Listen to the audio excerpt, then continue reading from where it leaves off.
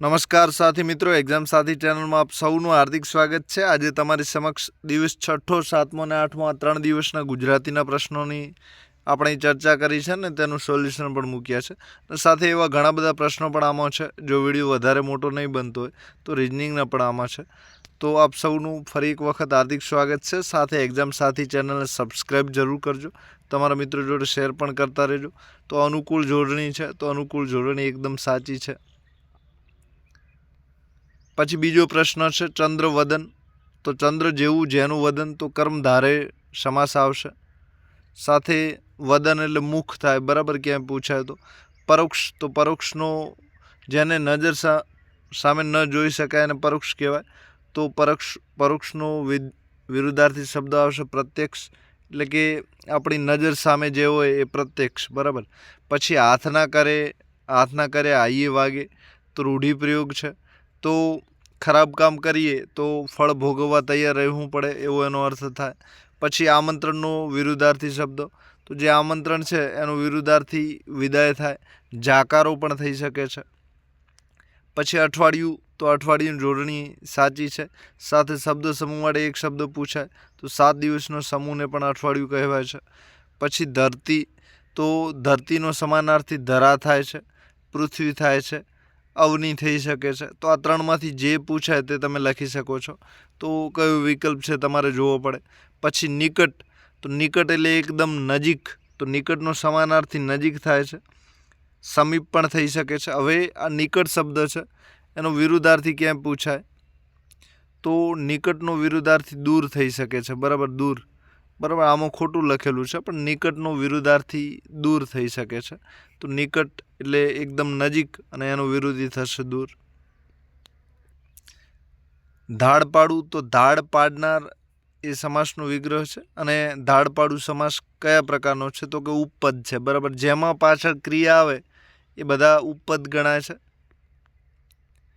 પછી બીજો છે મનને ગમતું, તો મનને ગમતું તત્પુરુષ સમાસ છે।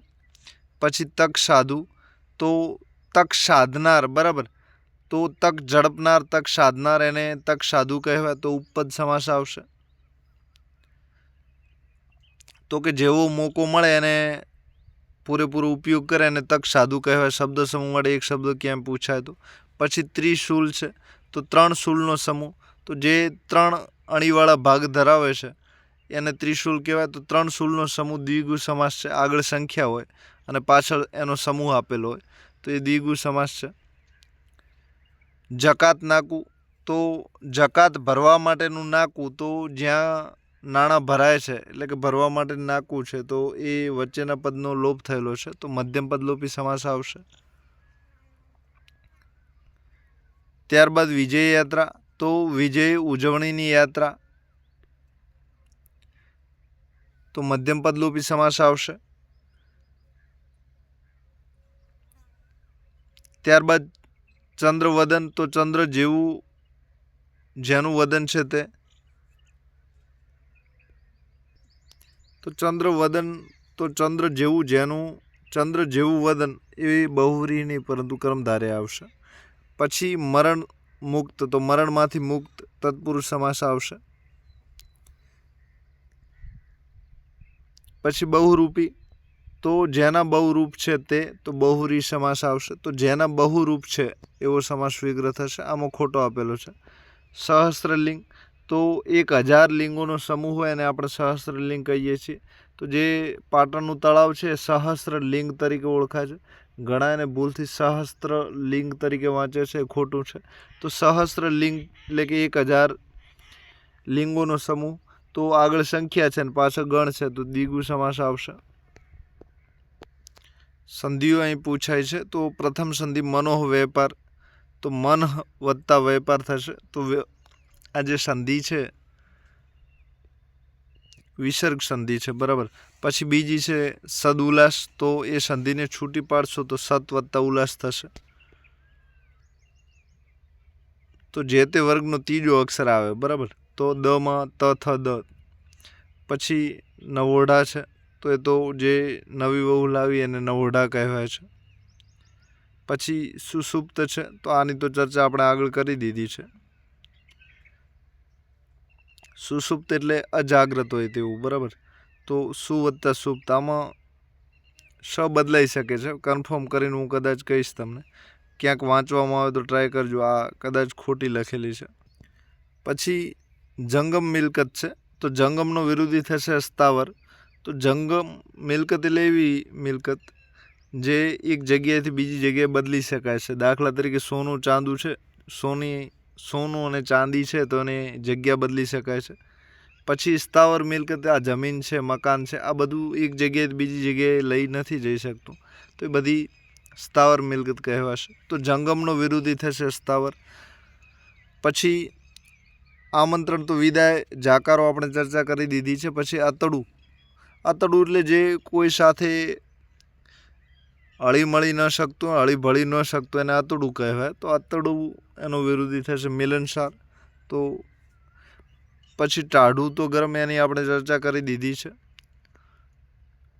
પછી તીણી, તીણી તો અણીદાર થશે, ધારદાર.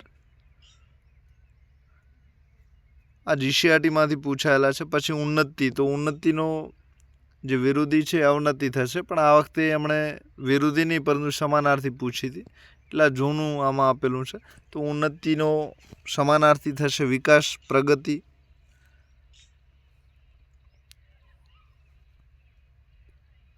ત્યારબાદ આગળના ચારની આપણે ચર્ચા કરી છે. પાંચમું, આત્મકથા લખવી એ વેસ્ટર્ન સંસ્કૃતિ છે, એટલે કે પશ્ચિમી સંસ્કૃતિ છે. આનું અંગ્રેજીમાં રૂપાંતર કરવાનું હતું, એટલે કે અનુવાદ પૂછાયું. તો એનો અંગ્રેજી થશે writing and autobiography is a western culture, બરાબર. રાઇટિંગ આગળ આવશે, પછી ઓટોબાયોગ્રાફી આગળ આર્ટિકલ એન આવશે, ઇઝ અ વેસ્ટર્ન કલ્ચર, બરાબર. છઠ્ઠા નંબરનું છે, મને આત્મકથા લખવા માટે મારા મિત્રએ સલાહ આપી હતી. તો એનું અંગ્રેજી અનુવાદ કરવાનું છે, એટલે કે ભાષાંતર કરવાનું છે. ગુજરાતી આપેલું છે ને આપણે અંગ્રેજીમાં ફેરવવાનું છે. My friend advised me to write autobiography. તો my friend advised me to write autobiography. તો એમાં ભૂતકાળનું વાક્ય છે એટલે ઈડી આવશે, એડવાઇઝડ, બરાબર. પછી સાતમા નંબરનું, માધવ ક્યાંય નથી વનમાં કાવ્યનું શીર્ષક શોધવાનું હતું. તો ફકરો આપેલો હતો અને એના પરથી શીર્ષક બનાવવાનું હતું. તો ફકરા પરથી અર્થગ્રહણ આધારિત પ્રશ્નો પણ પૂછાય છે. અંગ્રેજીમાં આર્ટિકલ છે. 2 કાળના પ્રશ્નો પણ આ વખતે પૂછ્યા હતા અને 3 જમ્બલ સેન્ટેન્સ એટલે કે વાક્યો પૂછ્યા હતા, જેમાં જમ્બલ એટલે વાક્યમાં થોડી જેનો ક્રમ બદલવાનો એવા, બરાબર, આડાઅવળા હોય. પછી ફકરા પરથી જવાબના 4 પ્રશ્નો અંગ્રેજીમાં વારંવાર પૂછે છે, આ વખતે પણ આવશે તમારે, અને અંગ્રેજીમાં અનુવાદ કરવાનું પણ પૂછ્યું હતું. પછી દોહલું પૂછ્યું હતું. તો દોહલોનો સમાનાર્થી અઘરું થાય છે, કઠણ થઈ શકે છે, મુશ્કેલી ભર્યું થઈ શકે છે, સંકટ ભર્યું થઈ શકે છે. તો આમાંથી જે પણ જવાબ આવ્યો હોય તમે લખી શકો છો. પછી ઉન્નતિનો સમાનાર્થી, તો ઉન્નતિ એટલે પ્રગતિ, વિકાસ. પછી સમાનાર્થી અભ્યમ, અભયનો વિરુદ્ધાર્થી. તો અભય એટલે જે કોઈ પણ પ્રકારનો ડર ન રાખતો એને અભય કહેવાય છે. તો એનું વિરોધી આપણે થશે ભય. અભયનું વિરોધી થશે ભયભીત, બરાબર. ભય પણ થઈ શકે છે, ડરપોક પણ થઈ શકે છે. હવે કયું આપ્યું છે એ પ્રમાણે તમે લખી શકો છો. પછી શાળાઓમાં વિદ્યાર્થીઓને શિષ્યવૃત્તિ અપાય છે, કર્તરીમાં ફેરવવાનું છે. તો આ જે વાક્ય આપેલું છે ક્રમણીમાં આપેલું છે અને તમારે કર્તરીમાં ફેરવવાનું છે. તો શાળાઓમાં વિદ્યાર્થીઓને શિષ્યવૃત્તિ અપાય છે, એની જગ્યાએ શાળાઓ વિદ્યાર્થીઓને શિષ્યવૃત્તિ આપે છે, બરાબર. અપાયની જગ્યાએ આપે છે અને શાળાઓમાં છે એની જગ્યાએ શાળાઓ વિદ્યાર્થીઓને શિષ્યવૃત્તિ આપે છે, બરાબર. આટલો ફરક પડશે. પછી જોડણી તમારે સાચી શોધવાની હતી. તો આ મૂંઝવણ અને નિરીક્ષણ બંને સાચી છે. તો ધાડ પાડનાર સમાસ ઉપપદ આવશે. પછી કઈ જોડણી સાચી છે અને સાચી નથી એવી જોડણી આપેલી હતી. તો કે આ મૂંઝવણને નિરીક્ષણ આપેલી છે એમાંથી સાચી શોધવાની હતી. આવા 4 જોડકા હતા, એમાંથી સાચી શોધવાની હતી. અને એક પ્રશ્ન એવો હતો કે કઈ સાચી નથી, એમાં કોહિનૂરવાળી હતી, બરાબર. પછી સ્ત્રી સશક્તિકરણ માટેનો એક ફકરો હતો અને એના પરથી તમારા પ્રશ્નો જવાબ આપવાના હતા. એક પછી કોઈ ભલે મને કાંટા પાથરે પણ હું જેવો પ્રશ્ન ફકરો પૂછાયો હતો એના પરથી પણ તમારે અર્થગ્રહણ આધારિત જવાબો આપવાના હતા. ફિરોજે મારી વાત ધ્યાનપૂર્વક સાંભળી લીધી, એટલે કે આ ભૂતકાળનું વાક્ય છે અને એને આપણે અંગ્રેજીમાં કરવાનું હતું, એટલે કે અનુવાદ પૂછાયું હતું. તો એનો અંગ્રેજી થશે ફિરુજા લિસન ટુ મી કેરફુલી. તો જે લિસન છે એને પાછળ ઈડી લાગશે, તો ફિરુજા લિસન ટુ મી કેરફુલી. બરાબર. પછી એન્ટ આર મિઝરેબલ એટલે કે કીડીવાળું વાક્ય પૂછ્યું છે, તો એનું ગુજરાતી થશે કીડીઓ દુઃખી છે. બરાબર. કીડીઓ દુઃખી છે. તો બંનેના અનુવાદ આ રીતના થશે, કીડીઓ દુઃખી છે. બરાબર. પછી વાક્ય સુધી મેં મગફળી અને ગોળ ખાધા, તો મેં મગફળી અને ગોળ ખાધો. ખાધાની જગ્યાએ ખાધો આવશે, કારણ કે અહીં બે કર્મ આપેલા છે, મગફળી અને ગોળ બે. બાકી તો બધું આપણે ચર્ચા કરી દીધી છે. મેં મગફળી અને ગોળ ખાધા. બરાબર. અહીં અનુસ્વાર આવશે ઉપર, આટલો ફરક પડશે. સાથે આ રીઝનિંગ કેવું પૂછાયું છે એના પ્રશ્નો તમે જોઈ શકો છો, જોવા હોય તો. આનું સોલ્યુશન છે એ તમે ક્યાંક જોઈ પણ લીધું છે એવું મને વિશ્વાસ છે. ના જોયું હોય તો જોઈ લેજો. બરાબર.